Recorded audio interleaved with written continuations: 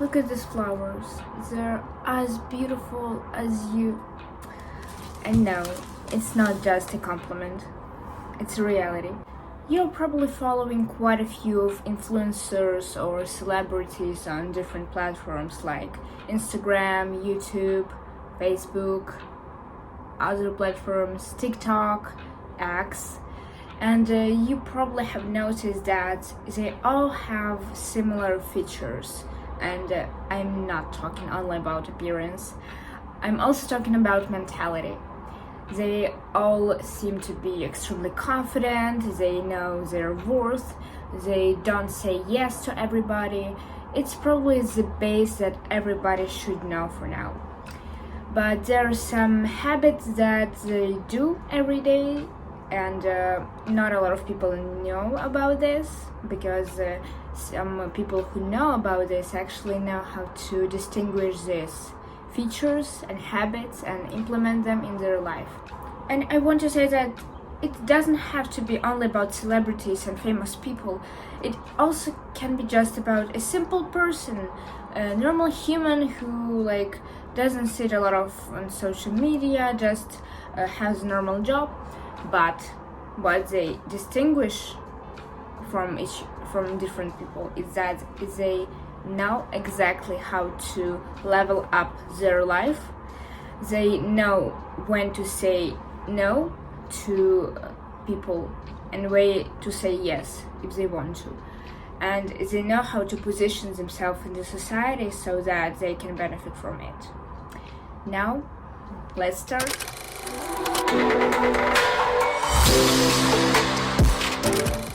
If you're trying to get ahead and nurture greater happiness or satisfaction in life, you might not know about this trait that actually may change everything. If you want to be more happy, more successful, and more satisfied with your life, you have to be more proactive. Sometimes it feels like challenges are everywhere in life, and honestly, it's completely normal to feel that way, because life can't be without challenges and difficulties. Difficulties at work, problems at school or university, issues with your family. It can be overwhelming, and I understand it. But amidst those challenges, there can be a possibility to actually change everything. When people are proactive, they can influence their environment.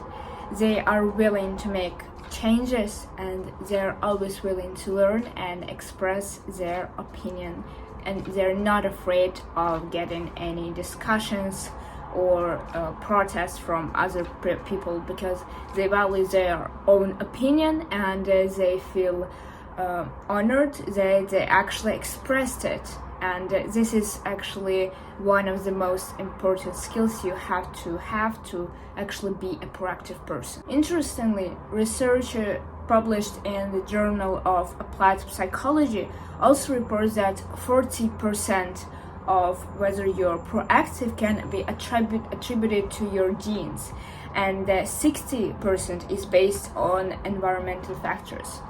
So as you can see, more than a half of being proactive actually depends on you and not on your genes.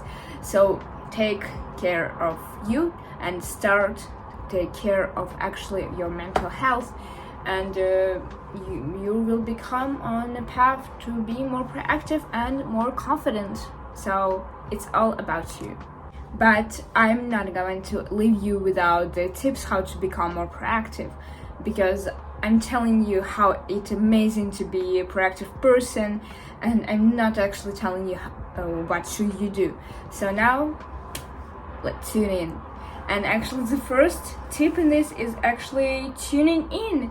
You have to seek information from free sources you know, as well as learning and reading information from other sources with different opinion, so that you know with which opinion you can have some discussions and actually be more prepared for this. You have to challenge yourself to know exactly what's going on in the world, in your work, in your society, because yeah, it might be overwhelming sometimes, it might be actually arduous to do sometimes, because all the amount of news, information, and let's be clear, they're not always positive, they're not positive at all. But if you want to be actually confident and assertive in your conversations and keep up with them, give them an energizing flow like this, you have to know what's going on in the world. Even if it's just some basic information, you don't need to go in depth with it, just for basic knowledge. Because if you don't know exactly what's going on around you, you're basically living in a cave. Let's be honest. I like this one a lot. You have to begin with the end in the mind. You may say, Veronica, what does it mean? Like, begin with end in the mind? Like, what doesn't make sense? And I tell you, this is the ability to envision in your mind something that you cannot see with your eyes in present. This is based on the principle that all of the things are created twice, where the first is mental creation and the second one is physical creation. Think about it like a blueprint for a building, like an architectural design that is not actually created in physics, like you cannot see it right now on the streets. And then when the building is actually being built and it stands literally on the street, you can actually see it, and this is implementation of your first thought, like of your design. And basically this is all about all the things in the world. First you have to imagine it, then you have to create it. If you don't make a conscious effort to visualize what you want in life and who you want to be in life, you are empowering other people to let you shape in the person that they want you to be, not you. And this is extremely dangerous for your future potential. So make an effort to visualize what you want in life and who you actually want to be in life. It has to be your decision at first, not the decision of your parents, not the decision of your friends, and not the random decision of the stranger on the street. It has to be your own decision. One of the best ways to incorporate visualization of your own dreams, your desires, and the way you want to be in the future is actually creating a personal mission statement. This looks similar like a manifestation paper, but it's not this. Basically, it's like your own book that you write, and you write what you want to do, how you are going to do it, like take a step back and like split it up in hairs, if I want to say like this, and decide how you can deal with each problem separately. Imagine you have a big solid problem that you cannot fix it straight away. You have to split it out in a bunch of different small steps and solve each step one at a time. And like this, yeah, it might take a bit more time, it might be more tedious, but you will solve this problem in the end because you created this personal mission statement. A personal mission statement is literally a concise summary of things that you have to do to achieve your goals as well as your goals. In school, many of us have learned that we should help others first instead of us. This is not true at all. School actually wants us to be the medium person that goes to work, to study, and just be a normal human. But if you watch this video, you don't want to be a normal person, let's be clear. You want to be an extraordinary person. An extraordinary person has to put first things first. And you might have a following question. What are your first things? First thing in the morning, I brush my teeth and go for a run. It's not that. It's a bit different. First things are the things that you find the most of worth from. If you put first things first, You organize the things you have to do in your plans in accordance with your personal mission statement that we have discussed in the second chapter. It's a win-win business deal, I promise you. It's not about this. So what is think win-win? Think win-win is not a quick fix scheme. It's not about just being nice. It's more than this. Most of us used to base our self-worth of our achievements if we only see that somebody loses. So if I win, you lose, or if you win, I lose. And we have programmed this in our brain that it has to be like this. There can be that we both lose or we both win. Even if you force yourself to think that there might be this situation, your brain actually wired to think that it can't be like this. But it actually can. Win-win sees life like more a cooperative life and not competitive life. Win-win life is more about seeking balance, cooperation, and actually benefit for you and for your person with whom you're collaborating with. Win-win means actually finding solutions that are both beneficial for you as well as for your partner, and finding solutions to problems that actually can benefit you and the other party. We both have to eat this pie, and it tastes extremely delicious. To live a win-win life, you have to be more than a empathetic person. You have to be more confident and assertive person. You are not only have to be a considerative and confident person, but you also have to be brave person as well. And the balance between the real courage and confidence create this symbiosis of a win-win life. Communication is an extremely powerful skill that everybody should know how to cope with. And I have 2 videos that talk about how to become more confident in your conversations. But conversations is about speaking, but how about listening? Listening is also quite an important skill for our conversation, because most of us are looking for that our speaker, that our communicator also listens to what we are saying, what we want to communicate to. And we do not pay a lot of attention to what they're saying. We just get an instinct to respond something to them, but we're not actually paying attention to what they're saying, what their mentality, what they want to give to us. What probably we're not so empathetic about them, like we do not feel their emotions. And if you actually try to feel them and to actually understand their feelings, understand their body language, understand what they think about the situation, you can create a much better conversations, much better collaborations with your partners.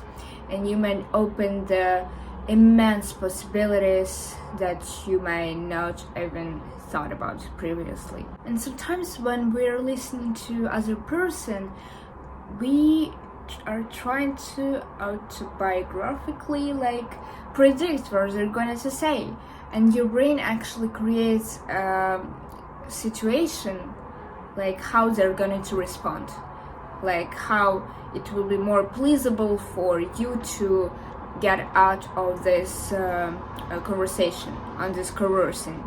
So you might say that, Veronica, is it really that bad that I actually complete the communication with this person? Like, I'm not actively listening to what they're saying, but I'm trying to predict what they're going to say, and I expect that this is actually true, like how I think it is. And now I say to you why it is really that bad. You are first evaluating. You are judging, you're giving your opinion and whether you agree or disagree. So it's judging. Then you are probing, you're asking questions from your own reference, from what your brain perceived from the situation and filtered, and from this filtered information you actually ask questions. Then you are advising based on this filtered information that your brain has processed, and you interpret this. You analyze the whole conversation based on your own experience, and probably after this you may tell what you have perceived to other people when this information that you actually acquired is not exactly the same. So the most important takeaway from it: seek first to understand and then to be understood. You might not have known about this previously, but there are actually different levels of energies on which you communicate with people. And one of this is collaborative synergies and interactive synergies. What it is about?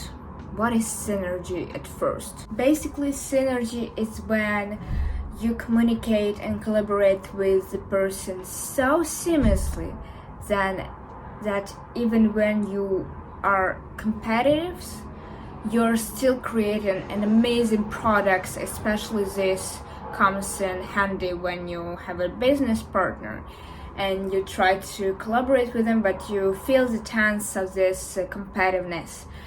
And if you actually have a synergies with this business partner, if you talk about business, you can create amazing designs, products, and projects. So, what does it take to enjoy synergistic communication? First, optimism. Having a win-win mentality actually goes in handy right here. Shared goals in the workplace or at home, and how we get there doesn't matter. If you want to achieve actually this one, you can start with creating a story. You can start by telling your story. You're connecting with this person on a much meaningful level than just business. To understand where others are coming from. Commitment to understand something that is actually bigger than you. And respect. As we envision to understand and trust the other person, the more meaningful bonds and respectful bonds are created, which are the first way to creating a seamless synergies. If you're bored from traditional learning techniques like master classes, courses, school, they're so depressive, tedious, and not fun. But learning has to be fun, and you can learn a bunch of different things because just because you have fun with it. Take me as an example. You think that I learn 8 languages because I force myself to? No, I'm having fun. Sometimes I choose to learn a random language because I just want to, and that's it. I basically started learning Japanese and Korean like this because it is fun. Why not? I live only once. Why shouldn't I try? Yesterday I literally have an idea why shouldn't you try learning Latin? Or bioengineering, even though I learned machine learning and computer science. I'm a Renaissance person, where a Renaissance person means a well-rounded and a highly versatile person. Why can't it be like this? And I'm telling you a little secret. All the people who are well-rounded, they are learning with fun. If you do not get a satisfaction from your learning, from your studying, you won't get much out of it. Only if you have a massive goal in the end that really pushes you to get through all the obstacles and motivates you to get forward. But that's really rare case, and it is really hard to keep up with this, honestly. It's much better to have a fun learning experience than to force yourself to, in the end, I will get this reward. Why shouldn't you get reward every time you start learning something new? So here is the list of 10 creative learning ideas that you may try, and probably this may actually become your hobby. So let's see. Start listening to podcasts. I personally enjoy listening to Ali Abdaal's podcast, as well as Andrew Hubernan's podcast and Tankor. Yeah, a bit strange mix, but it's just me. You can try and see what works best for you. You can start an online course, and I'm not telling about the simple video course that you only listening to and watching. This is a passive learning. Try Cat Academy, like they have videos with exercise on the other side. So it's more, you're combining passive learning and active learning, and this is actually creates a much better and fun learning environment. You can actually try making a game from your own experiences. Treat a life like a game where you have to win. It's much more fun. Sometimes when I have a bad mood, I imagine like I am in Detroit. I don't know why Detroit, but this is something like this. I imagine that someone literally games like plays for me, and I'm like literally living my life like a Sims or Detroit. Like, so it's extremely fun. You have to try it. Practicing can be fun, and by practicing I mean hands-on experience. For instance, if you learn to code and you're only watching tutorials or like videos from someone who creates video games or websites, it's also passive learning. You have to get your hands dirty and start coding. It's basically with all the other things. Find workshops or seminars near you. It's an extremely great way to communicate with other people who may share similar interests as you do. Journaling. Start journaling, I beg you. That changed my life from 0 to 180 degrees. Just completely switched my mentality and my mental health. Please, I beg you, try journaling. And if you don't know what exactly comes to your heart, you can try literally a random thing just once. If you don't like it, you can proceed to the next one. Like, as I already said, you live only once. Try whatever you want, but in the normal ways. I mean, I think you have understood what I'm talking about.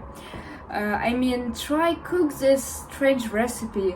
Try attending some modeling agency. Try do some florist creations. Like, try origami. I don't know. Try whatever you want in a normal sense with others. This links to my previous idea that you have to try to find some workshops or seminars near you. Like this, you will be able to work with other people around you. It will be really nice if alongside journaling you start doing some meditation. Try from 5 minutes and then proceed to more and more and more. It might be challenging at first. You can meditate with open eyes, with closed eyes, however feels more comfortable to you. But it has happened recently. I meditated for 20 minutes and something really clicked in my mind, and I actually started to enjoy my meditation practices much more. The last tip for this video: embrace failure, because only with failure you can learn something. My parents said that it's much better to not experience failure. Try to make some inferences from other people's failures, but I do not agree with this at all. You have to fail to proceed forward. Failing, it's stepping backwards once, but if you actually learn something from this failure, you're running 10 steps at a time. It's so much more learning with this. Understand that this is the best way you can learn. Only if you failed. You can fail once, twice, thrice, many times, 100 times before you achieve anything. But if you actually know what you want to achieve and you're persistently going to it, stubbornly making everything to achieve your goal, in the end, we know this will happen, and I believe in you. And to the end of this video, I'm giving you these roses. Smell them. I thank you and I appreciate you here. I hope you like this video, and I'll see you next time. Bye bye.